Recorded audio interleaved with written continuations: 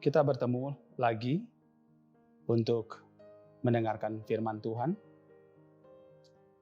terutama saat pandemi ini. Mengajarkan kita bahwa banyak hal berubah, dan Tuhan mengizinkannya untuk berubah. Tetapi apakah kita bisa berubah ketika kita melihat Tuhan dalam keadaan normal baru? New normal. Maka pertanyaan yang muncul adalah, dapatkah semua ini bisa mengubah karakter kita? Kita berdoa. Tuhan, pada saat ini kami berdoa supaya kami, Tuhan, melalui new normal ini,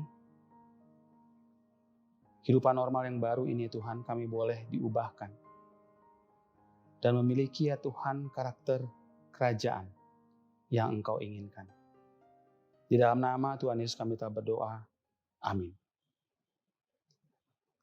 Pertanyaan yang perlu kita renungkan hari ini adalah, apakah yang membuat Anda dan saya bahagia?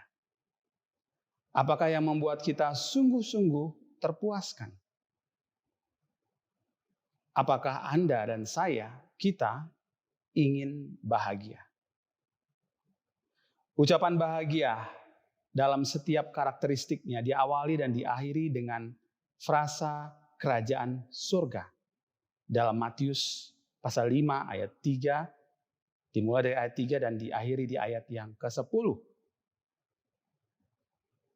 Hal ini menekankan apa yang disampaikan oleh Kristus adalah karakter kerajaan, karakteristik baru di tengah new normal. Sambil mengamati teks bacaan hari ini, kita perlu terus bertanya, apakah sesungguhnya yang membuat saya merasa bahagia? Hal ini menjadi pertanyaan paling mendalam yang kita bisa ajukan saat new normal ini. Sehingga kebahagiaan penuh yang kita miliki saat ini dapat menghasilkan karakter kerajaan. Kebahagiaan menjadi alasan kita memiliki karakter kerajaan di tengah pandemi. Kebahagiaan bukan seperti yang digambarkan menurut teori Abraham Maslow yang secara mendasar memenuhi kebutuhan fisiologis, rasa aman, sosial, penghargaan, dan aktualisasi diri. Melainkan kebahagiaan yang didasari oleh kemiskinan di hadapan Allah. Kemiskinan rohani, duka cita, kelemah lembutan, lapar dan haus akan kebenaran, kemurahan hati, kesucian, membawa damai, sampai pada penganiayaan dan penderitaan. Apakah bahagia yang dimaksud di dalam pasal 5 ayat 1 sampai 12 di kitab Matius ini? Kata Yunani yang diterjemahkan menjadi bahagia atau berbahagia adalah makarioi, yang berarti menjadi terpuaskan secara penuh. Dalam Yunani klasik, kata merujuk pada keadaan pada saat kemudian, sesudahnya, atau di alam baka. Disitulah letak kebahagiaan sepenuhnya. Meskipun demikian dalam perjanjian baru, istilah itu digunakan juga atas sukacita yang datang dari keselamatan. Kebahagiaan yang datang dari keselamatan. Kepuasan ini bukanlah akibat dari keadaan-keadaan yang menyenangkan dalam hidup. Hal ini hanya datang dari yang berada dalam diam dengan Kristus. Kristus Yesus tidak pernah mengajarkan kita bahwa karakter kerajaan Allah muncul dari kebahagiaan menurut dunia dan menurut diri kita sendiri. Hal yang pertama, perlu kita ketahui dari ayat-ayat tentang kebahagiaan ini, bahwa seluruh ucapan bahagia atau diberkatilah ini terpisah satu dengan yang lainnya. Tidak terpisah satu dengan yang lainnya. Tidak ada pengajaran karakter atau beatitude dalam ayat-ayat ini dapat dipraktekkan satu persatu secara terpisah. Keseluruhannya merupakan satu paket. Paket sikap yang lahir dari kebahagiaan sesungguhnya, yaitu kebahagiaan rohani dan bukan kebahagiaan jasmani. Itu sebabnya kebahagiaan pertama dicatat bagi mereka yang miskin secara rohani. Mari kita lihat yang pertama, berbahagialah orang yang miskin di hadapan Allah, karena merekalah yang empunya kerajaan surga. Kebahagiaan kerajaan Allah itu hadir bukan karena ketidakmampuan seseorang secara materi.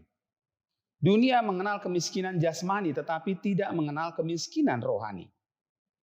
Kemiskinan yang dimaksud di ayat 3 ini adalah kemiskinan rohani. Kemiskinan yang menunjukkan bahwa kita sungguh-sungguh membutuhkan Tuhan. Dunia mengenal duka cita terhadap suatu peristiwa yang menyedihkan tapi tidak mengenal kedukaan yang merupakan tanda untuk berbalik dan bergantung pada Tuhan. Sebuah duka cita menyertai kehilangan dan pertobatan atas dosa-dosa kita. Keduanya membawa seseorang menyadari siapa dirinya di hadapan Allah dan rencananya yang akan memberikan penghiburan bagi orang-orang yang sungguh membutuhkannya. Kita dihibur karena jalan keselamatan dan pengampunan yang bersumber daripadanya. Seorang yang memiliki kebahagiaan kerajaan Allah akan haus dan lapar akan firman Tuhan. Pembuktiannya terbalik ada pada frasa kerajaan Allah. Karena tidak ada yang betah dalam kerajaannya jika di dunia yang sementara ini tidak haus dan lapar akan firman Tuhan. Karena itu pula tidak ada hal apapun yang bisa ditonjolkan atau disombongkan. Karena mereka yang memiliki kerajaan Allah itu pastilah orang yang miskin secara rohani. Kita bisa saja mengukur orang lain menurut status ekonomi, pendidikan, gelar, jabatan, kedudukan, kekuasaan, tapi jangan pernah bawa itu di hadapan Tuhan. Hal ini sejajar dengan apa yang disampaikan Yohanes. Wahyu 3 ayat 17. Karena engkau berkata, aku kaya dan aku telah memperkayakan diriku dan aku tidak kekurangan apa-apa.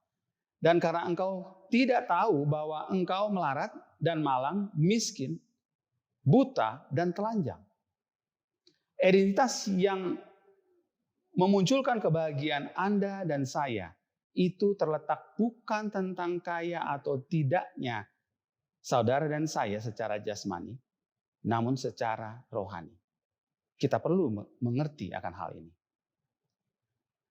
Kedua, berbahagialah orang yang berduka cita karena mereka akan dihibur. Lebih mudah jika kita melihat ucapan bahagia kedua ini setelah yang pertama.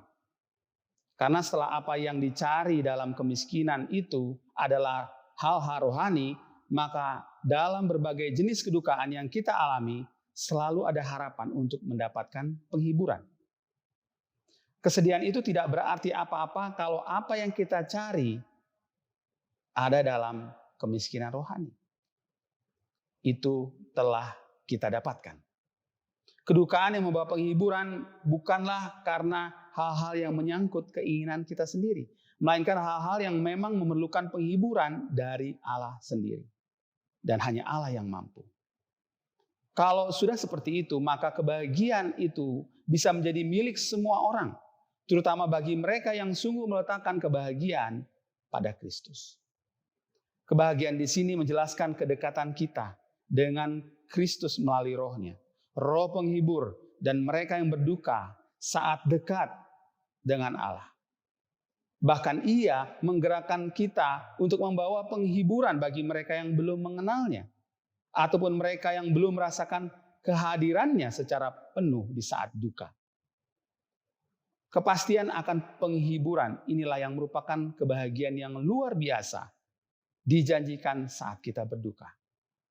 Kehilangan sesuatu atau seorang yang mungkin sangat dekat dengan kita maupun perlakuan buruk seseorang membawa kita pada pengertian dan pengalaman bahwa dia sangat dekat dengan kita. Bahkan melebihi orang-orang yang kita kasihi sekalipun. Dia berada di samping kita untuk mengajukan hal-hal yang mungkin tidak terkatakan lagi. Roma 8 ayat 26 mengatakan, demikian juga Roh membantu kita dalam kelemahan, sebab kita tidak tahu bagaimana sebenarnya harus berdoa, tetapi Roh sendiri berdoa untuk kita kepada Allah dengan keluhan-keluhan yang tidak terucapkan. Ketiga, kebahagiaan orang yang lemah lembut karena mereka akan memiliki bumi. Menarik teks ini karena di Lembaga Alkitab Indonesia diterjemahkan dengan lemah lembut.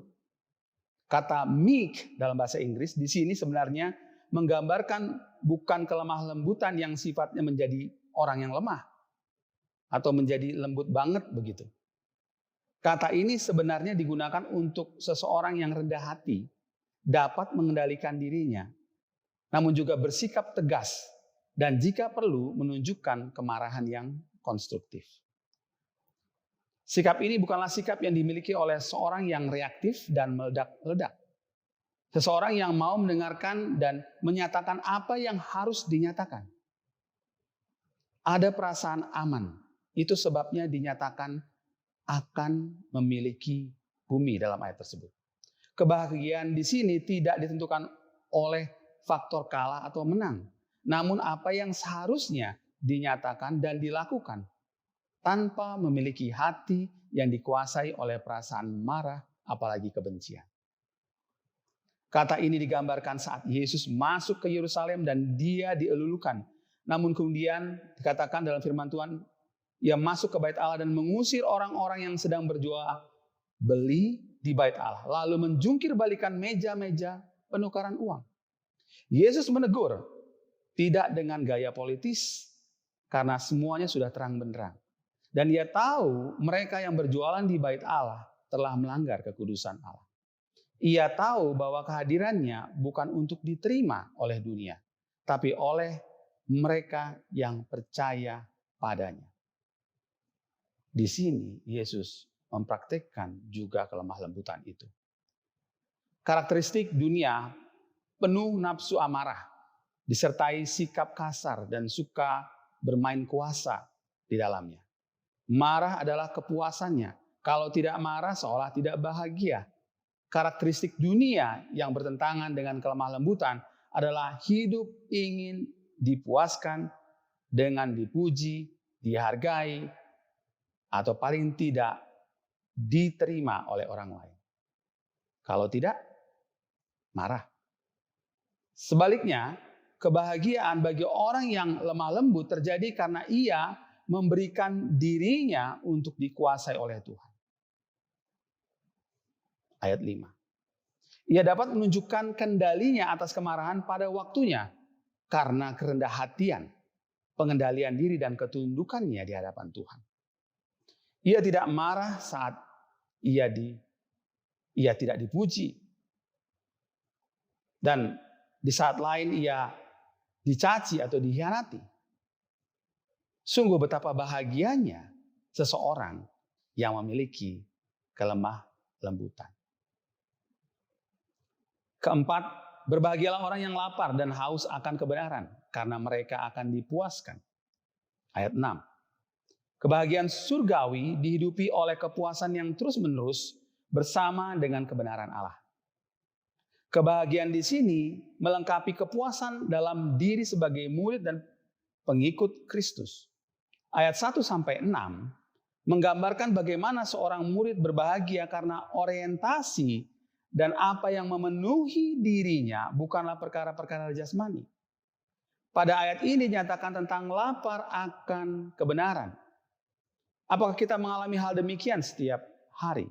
Haus dan lapar akan kebenaran. Apakah hidup kita menunjukkan bahwa kita haus dan lapar akan kebenaran firman Tuhan?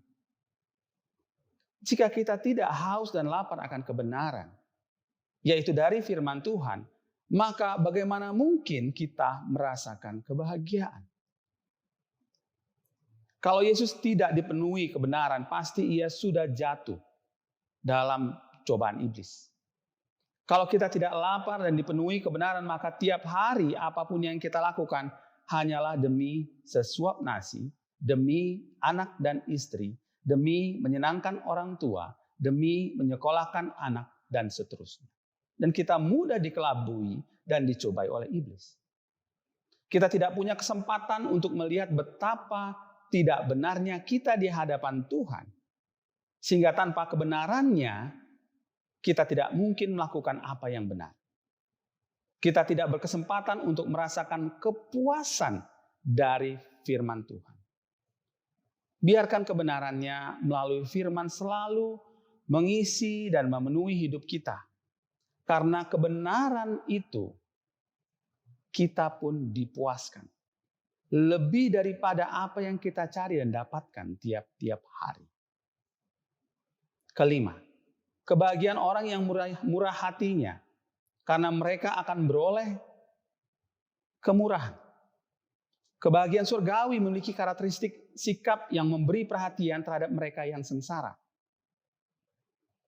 Seorang yang menjadikan beban di hati orang lain menjadi miliknya sendiri, lalu segera memberi pertolongan. Seperti orang Samaria yang murah hati. Letak kebahagiaan bagi orang dunia adalah melihat dunia, memilikinya untuk kepentingan dirinya. Walau itu dapat mendatangkan aniaya bagi orang lain. Kerugian bagi orang lain.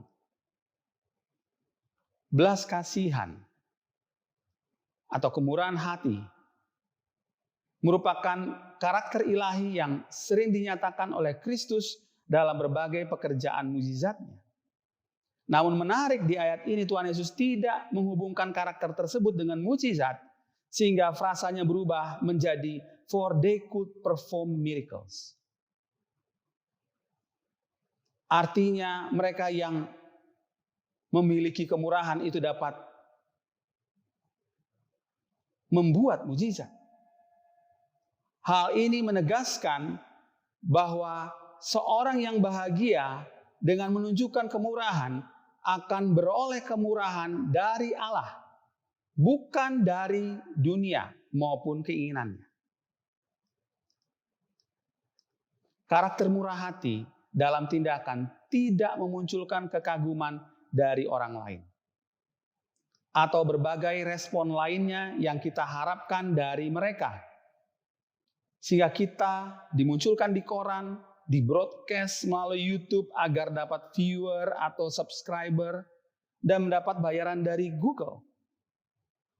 Kemurahan bekerja semata-mata karena apa yang diperhitungkan oleh Tuhan.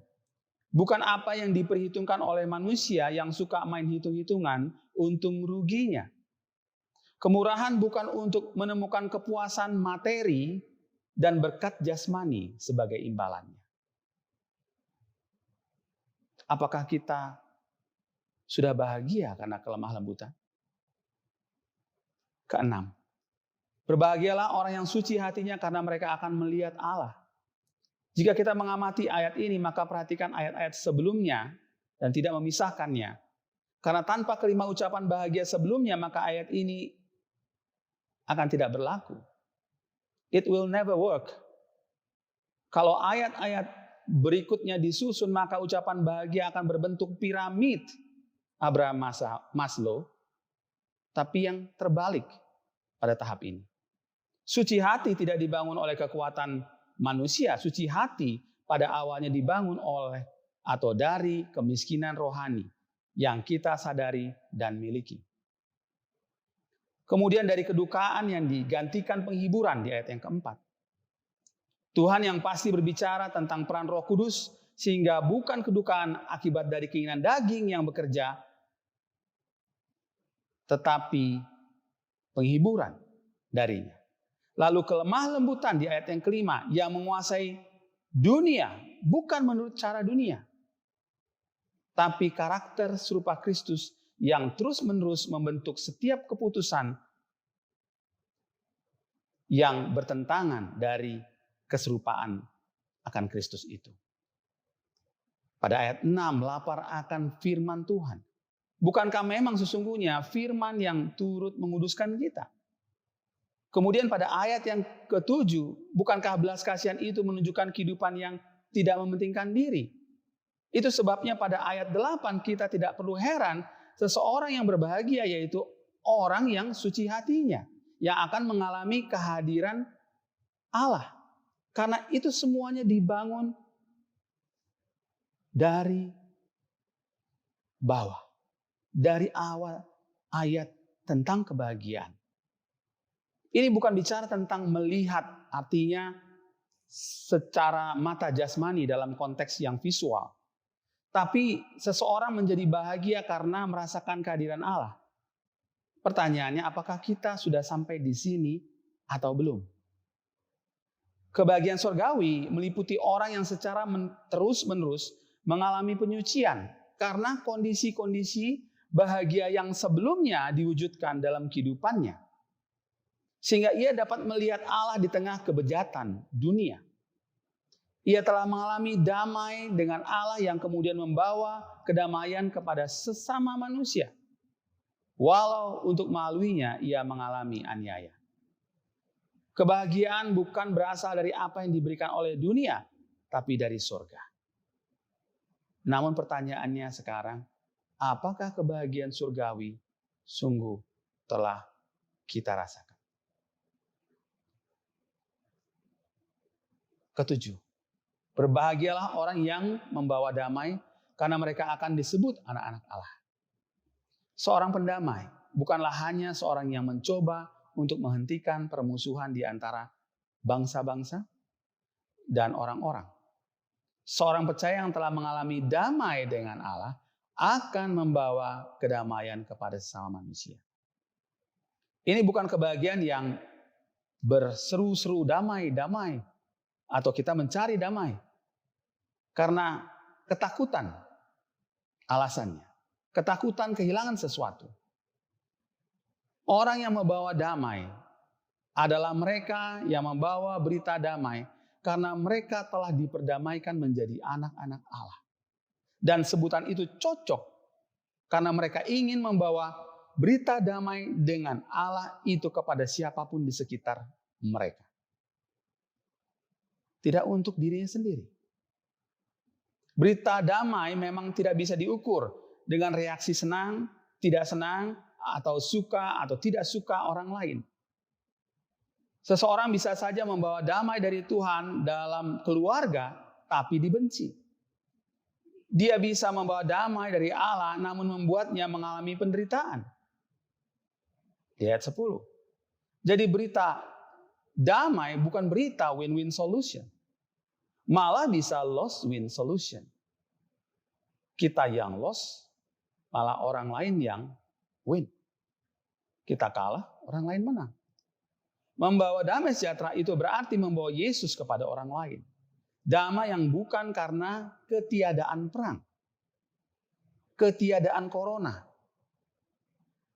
Kota Kapernaum yang mengalami kesuksesan.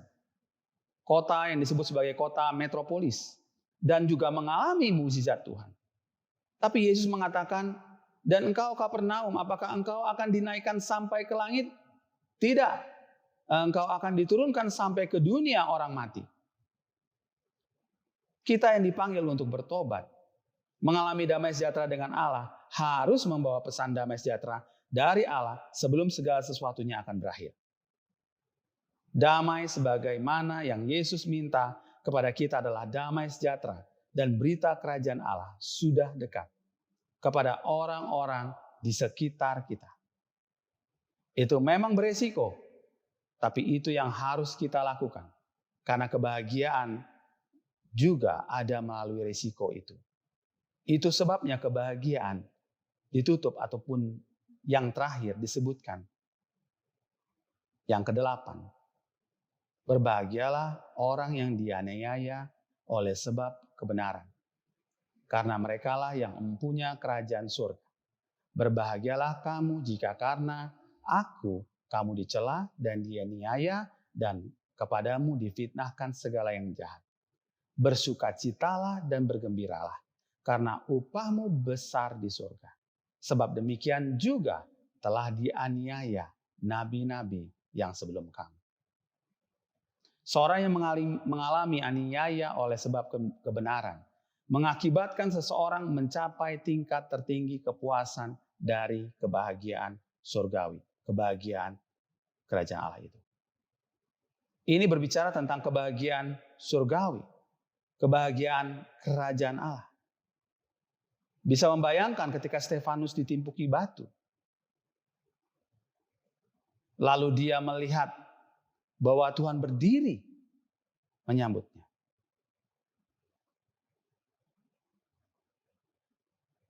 Kita melihat piramid ucapan bahagia itu yang di ujung bukan aktualisasi, namun ada dalam penderitaan karena kebenaran.